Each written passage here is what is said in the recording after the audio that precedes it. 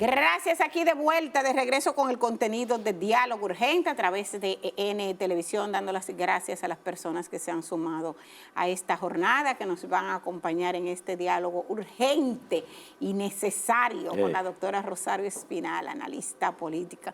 Le damos las gracias por haber estado aquí con nosotros, por estar con nosotros, por haber respondido a esta convocatoria. Gracias. Yo de verdad, encantada. Temprano en el año. Es lo que queremos. Buenos días. Buenos días. Bienvenida, doctora. ¿Cómo está todo? Muy bien, gracias. Bueno, hay que entrar a esto, ¿verdad? Doctora, temprano en el año y mitad de año y 2 o 3 meses siguientes, bueno, y hasta entrado diciembre, se daba por hecho, y hay quienes lo aseguran, que habrá y debe haber, por un sinnúmero de elementos que exponen, una segunda vuelta. Y de hecho la Junta, pero lo de la Junta es algo obligatorio porque la Junta tiene que preparar su cronograma de trabajo para esa segunda vuelta. Al día de hoy, iniciado el año, donde no hubo tal tregua en Navidad totalmente, ¿qué podemos decir al día de hoy? ¿Puede seguirse ese argumento? ¿Cuáles son qué elementos cambian esas versiones? ¿Ciertamente tendremos una segunda vuelta? Mira, la segunda vuelta existe constitucionalmente desde el año 1994. O sea que en el supuesto siempre puede ocurrir una segunda vuelta, porque está ahí. Si nadie obtiene el 50+1 de los votos, pues, bueno, en el 2000 Hipólito no llegó justo, se quedó un poquito cortito, pero Balaguer decidió que no iba a segunda vuelta. Pero desde el 94 eso está ahí.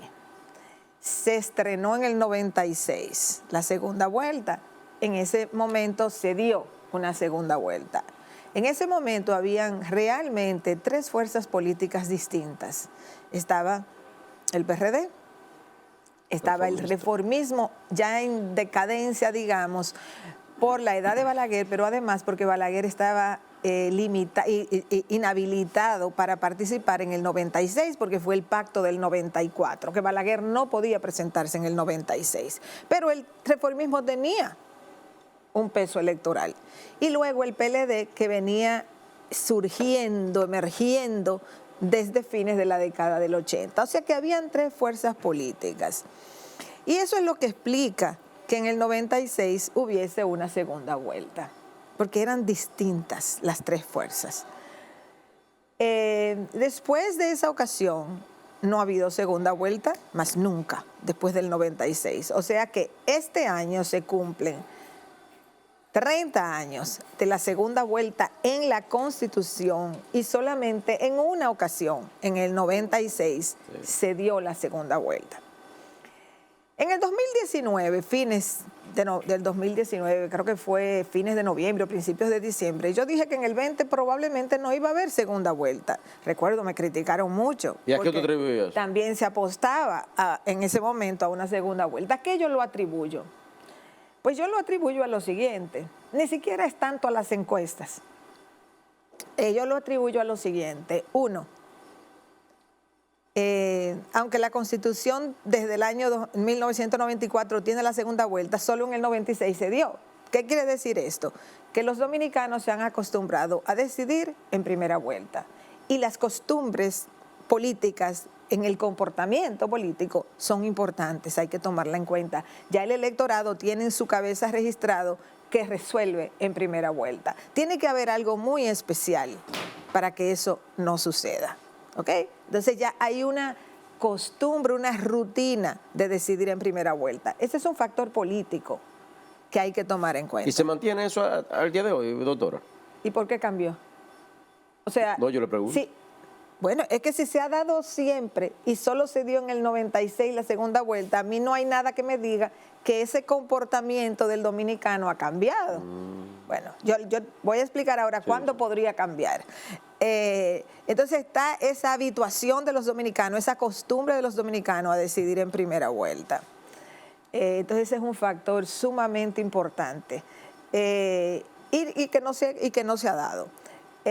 También está el hecho de que los dominicanos tienden a favorecer la reelección del incumbente, excepto si hay una fuerte crisis. Reeligieron a Leonel Fernández en el 2008, en 2004, cuando volvió al poder, y luego en el 2008 los reeligieron. Reeligieron a Danilo Medina en el 2016. No reeligieron a Hipólito por la crisis financiera bancaria que se presentó, porque si no hubiese sido por esa crisis bancaria, a Hipólito lo reeligen también. Aún con sus cosas. No, porque sus cosas, antes de la crisis bancaria, esas cosas que supongo te refiere a su jocosidad, sus salidas, así, eso a la gente La cera, los huevos, todas esas cosas. A la gente le gustaba eso. A la gente dejó de gustarle cuando se presentó la crisis económica. Ahí es que ya la jocosidad perdió interés. El encanto. Y el encanto. Pero antes de la crisis bancaria, pues no, a la gente le gustaba. Por lo menos había un segmento importante del electorado que le gustaba eso. Entonces, a Hipólito no lo reeligieron por la crisis económica que se presentó en el 2003-2004, sino, y fíjense que él cambia la Constitución en el 2002 para repostularse pensando que él ganaba, y luego se presenta la crisis. Entonces, doctora, el día de hoy, ¿qué ventaja y desventaja tiene Fuerza del Pueblo y PLD ante PRM? Entonces, el punto es que históricamente las condiciones son adversas a la segunda vuelta. Ahora, tú preguntas, bueno, ¿y entonces qué? ¿Se cruzan de brazos en la oposición porque siempre van a reelegir al incumbente? No, yo no estoy sugiriendo eso. Todo el mundo tiene que fajarse el incumbente, tiene que fajarse la oposición, porque al incumbente le interesa que lo reelijan y incluso si no es el mismo presidente, al partido en el poder siempre le interesa que lo reelijan. Y la oposición tiene que fajarse para tratar de sacar al que está en el poder y llegar al poder. Esa es la dinámica. ¿Eso pasó en el 82? Pero eso pasa siempre. Siempre pasa que el que está en el poder tiene que emplearse para que lo mantengan en el poder, sea si se presenta el mismo candidato presidencial, o sea si hay un cambio. Y quien está en la oposición tiene que fajarse a trabajar para tratar de desplazar al que está en el poder o para no quedar muy lejos del que está en el poder. O sea, habiendo dicho eso, lo que estoy diciendo es aquí tiene todo el mundo que fajarse a luchar por los votos. ¿Qué sucede? ¿Por qué es que quizás yo, además de esos factores históricos, veo problemática o veo más difícil la segunda vuelta? Porque aquí realmente hay dos fuerzas electorales, no tres. Aquí hay un PRMismo con sus aliados y aquí hay un PLDismo que suma PLD, Fuerza del Pueblo, básicamente. Entonces, no es como en el 96, que habían tres fuerzas políticas distintas. Aquí lo que hay es una fuerza que está unificada en estos momentos, que es el PRM, y una fuerza que es el PLDismo, que está dividida, pero su base electoral es prácticamente la misma. No es que tienen bases electorales diferentes, sino que es una base electoral dividida. Por lo tanto, ese supuesto tripartidismo es un tripartidismo más bien de nombre y de franquicias partidarias, no de base electoral. Entonces, cuando tomamos ese factor en cuenta, además de los históricos, es donde yo digo, claro, siempre es posible que se dé una segunda vuelta, pero yo no diría que seguro va a haber una segunda vuelta. Incluso considero que la probabilidad de una segunda vuelta es menor que la probabilidad de que haya una segunda vuelta. Fíjense, yo no lo estoy descartando porque no puedo descartarlo, porque existe la posibilidad. Lo único que estoy diciendo es que escucho mucha gente diciendo que seguro va a haber una segunda vuelta y yo tengo precaución ahí. Yo digo, bueno, ojo, si vemos históricamente el comportamiento del electorado, los dominicanos les gusta decidir en primera vuelta, están acostumbrados a decidir en primera vuelta, por un lado, pero además las fuerzas electorales dominicanas se aglutinan en torno a dos franjas, la franja PRMista y la franja PLDista, que resulta que está dividida en dos franquicias electorales, en dos franquicias partidarias, con dos candidatos presidenciales, con candidatos diferentes en las diputaciones, en las regidurías. Han logrado un pacto a nivel municipal pero no han logrado un pacto a nivel de diputaciones, a nivel de senadurías.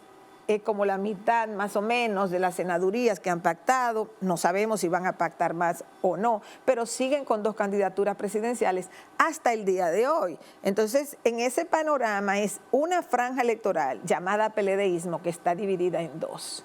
Doctora, y en ese caso, por ejemplo, a sabiendas de que el país, la ciudadanía, le gusta resolver en una primera vuelta y que el que no resultó beneficiado con una reelección fue Hipólito por una crisis financiera. Ahora mismo, ¿cuál sería la ventaja o cuál sería para ellos la solución, que tienen un mismo propósito de sacar al que está, del Partido de la Liberación Dominicana y Fuerza del Pueblo? ¿Qué puede pasar? ¿Puede haber el binomio Leonel Fernández, Abel, presidente, vicepresidente? Bueno, yo no sé la verdad hasta dónde ellos van a llegar en sus alianzas. ¿Pero qué podría a ellos beneficiarle para su propósito? Bueno, en teoría, lo que a ellos les beneficia es la unidad. Pero la realidad política es distinta, o sea, la unidad no la puede imponer nadie. Ellos se dividieron y no hace tanto que se dividieron. Entonces, ahí hay proyectos diferentes, porque yo esto lo he dicho muchas veces, lo que voy a decir ahora. Ahora mismo, aunque ellos son una misma fuerza electoral, en términos de base electoral, ellos son 2 franquicias partidarias, cada una tratando de sobrevivir esta tormenta interna que ellos tienen. Porque, por un lado, la Fuerza del Pueblo quiere establecerse como organización partidaria y crecer, y por otro lado, el PLD quiere mantenerse como una fuerza partidaria importante y crecer. Entonces, los dos están luchando por lo mismo, pero esa lucha es entre ellos. De la única manera que hubiese una segunda vuelta es si ellos dos, es decir, Fuerza del Pueblo y PLD, o por lo menos uno de ellos dos, creciera fuera de su base electoral. Y en una decisión final, doctora, en primera vuelta, ¿quién sería el ganancioso? Bueno, ahí sí entran las encuestas para responder esa pregunta, porque hasta ahora yo, en todo lo que he dicho, ni siquiera me refería a las encuestas. Hasta ahora las encuestas, si fuera en primera vuelta, hasta ahora las encuestas favorecen a Abinader. Por eso es que la oposición, la oposición es la que tiene el discurso de segunda vuelta. Fíjense una cosa, en el 2020, en las elecciones del 2020, el discurso de que iba a haber segunda vuelta lo tenían el PRM y la Fuerza del Pueblo. Ahí coincidían los dos. El PRM no se sentía totalmente confiado, por lo menos hasta febrero. Después de febrero se le fue aclarando el panorama. Pero hasta febrero el PRM... Es que le sorprendió. El PRM no se sentía confiado de que podía ganar. Por lo tanto, la gente del PRM hablaba de segunda vuelta. Y en la Fuerza del Pueblo también hablaba de segunda vuelta porque estaba colocada en la posición más débil en el 2020, porque se acababa de crear, etc. Entonces, tanto Fuerza del Pueblo como PRM hablaban de que iba a haber una segunda vuelta. En el PRM se cambió el discurso después de las elecciones de febrero, pero antes de las elecciones de febrero ellos hablaban de segunda vuelta y la Fuerza del Pueblo también. Ahora, quienes hablan de segunda vuelta, quien habla no es el PRM. No. Quien habla porque el PRM apuesta a ganar en primera vuelta. Quienes hablan de segunda vuelta ahora son Fuerza del Pueblo y PLD. Porque ellos son los que están en la oposición y los que no ven ellos mismos su posibilidad. Y disputándose el segundo lugar entre ellos. Ellos tienen mucha conciencia, porque no he escuchado a ninguno de ellos con firmeza decir que van a ganar en primera vuelta. Como no pueden argumentar todavía eso, entonces plantean la segunda vuelta como su solución. Incluso cuando se anunció la alianza Rescate, uno de los puntos que anunciaron fue que quien quedara en tercer lugar apoyaba al que quedara en segundo lugar. Sí, ellos mismos han construido el discurso de que va a haber una segunda vuelta, de que después de la segunda vuelta se van a unificar. Ahora, para que haya segunda vuelta, el PRM, Abinader, vamos a decir, porque él tiene una coalición amplia, el presidente Abinader tendría que sacar menos del 50% de los votos. Entonces, ahí es donde está, digamos, el juego electoral. Si Abinader saca menos del 50% o si Abinader saca por lo menos el 50 más 1. La coalición de partidos que está apoyando hoy a Abinader, al PRM, es la coalición de partidos que ha estado apoyando tradicionalmente al PLD. Fuerza del Pueblo, PLD ahora. ¿Usted cree que el PRM con eso tenga una ventaja? ¿Con esos partidos? Sí, 22 y tantos partidos. Bueno, la ventaja principal que le da eso es que cuando la gente vaya a votar, va a haber una papeleta con las caras muy repetidas de los candidatos que van en esa alianza. O sea, eso tiene un efecto visual en el electorado, porque la inmensa mayoría, vamos a decir, hay una parte del electorado que es militante, partidario, o que está muy metido en la política, tiene muy claro por quién va a votar, aunque esa persona aparezca en una sola casilla de 34 casillas que va a haber en esa boleta. Pero hay otro segmento del electorado que no tiene esa fuerte convicción de por quién va a votar y que en el momento de llegar a votar puede tomar una decisión, aunque uno no lo crea. O sea, hay electores que no saben lo que van a hacer hasta el último momento. Entonces, el tener 20 y pico de casillas en una boleta tiene un impacto en la gente. Entonces, eso ayuda. Yo sé que hay personas que dicen que los partidos pequeños suman 9, 10%. Yo tengo mis dudas.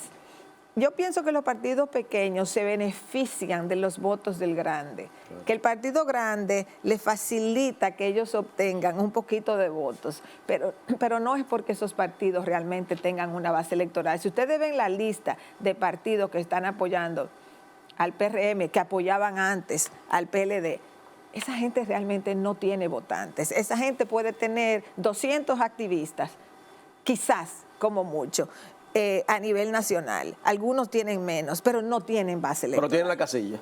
Ah, exactamente, tienen la casilla. Al ir en la casilla, arman asuntos para poder beneficiarse y que ellos capten un poco de los votos del que lleva, digamos, el liderazgo dentro de esa coalición. Así es que yo pienso que el efecto más importante que tiene eso es el número de casillas a la hora de la gente votar. Doctora, brevísimo, porque ya nos dicen de tiempo allí. No me gusta mirarlo al coordinador porque de una vez habla de tiempo. Un caso particular. En el caso del Partido Revolucionario Moderno y la senaduría del Distrito Nacional, una plaza codiciada e importante, ¿le convenía quien estaba para la candidatura, Faride, que es quien ostenta el cargo? ¿Por qué le convendría, por ejemplo, Guillermo Moreno? ¿Ha sido una jugada estratégica conveniente para el partido? ¿Qué puede pasar ahí? Bueno, yo a estas alturas he decidido esperar a ver qué es lo que el PRM va a hacer, porque ya a este momento no lo tengo claro. Yo no tengo claro cuál es la estrategia, más allá de haber sacado a Faride de circulación. Creo que eso sí lo hicieron y ya está claro, de que querían sacarla de la competencia electoral del Distrito Nacional. Ahora, ¿cuál es su estrategia ya con quien sea que van a llevar? Porque se dice Guillermo Moreno, bueno, no lo han anunciado oficialmente, pero con quien sea Guillermo Moreno, sea otra persona, ¿cuál es su estrategia electoral? Yo, la verdad, a este momento estoy esperando que hagan su anuncio, que inicien su campaña, para entonces ver cuál es la estrategia electoral del PRM en Santo Domingo. Porque supongo, y es una suposición, que al PRM no le interesa perder la capital. ¿Al PRD le interesó y soltó en banda la capital? Soltó la alcaldía, no la senaduría. ¿Maltrataron a Faride con eso, doctora? ¿La maltrataron? A mí me parece que sí. Y no es simplemente porque la hayan movido de posición, sino por la forma en que lo hicieron. Porque si ellos tenían un plan claro de lo que querían hacer en el distrito, debieron hablar con ella temprano, explicarle el por qué y que llegaran a un acuerdo. Pero aquello fue una agonía de ella esperando y de ella demandando solución y del partido dando largas. Entonces no me pareció una fórmula, una forma adecuada de Elegante. manejar ese Alemán, caso. regálame 10 segundos. ¿Qué posibilidades tiene Omar Fernández? Es muy difícil saberlo ahora mismo porque no sabemos quién es el contrincante ni cuál será la estrategia electoral del PRM. Gracias, doctora. Gracias a la doctora Rosario Espinal, analista política. Esperamos tenerla aquí, la tendremos aquí cuantas veces ella pues nos responda a nuestra convocatoria, como lo hace siempre, antes de llegar a esas elecciones municipales de febrero y mayo. Dicen que en febrero ya se detiene todo y que todo ya entonces ahí fluye para las elecciones de mayo. Gracias a ustedes también por su sintonía. Hasta mañana, si Dios quiere, con el mismo compromiso de siempre, diálogo urgente. Gracias. Bye bye.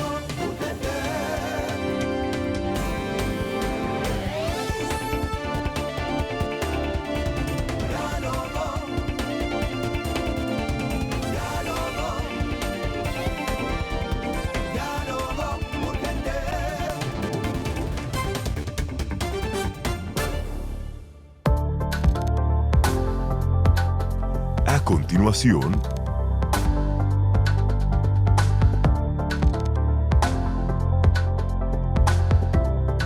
sigue disfrutando de EN Televisión.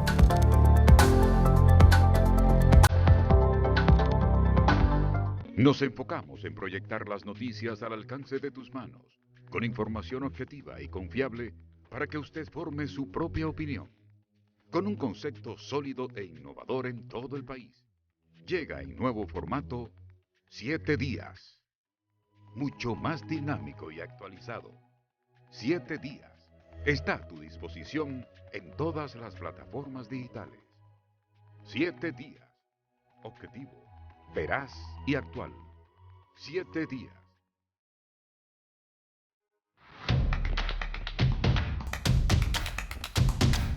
Ponte en contacto con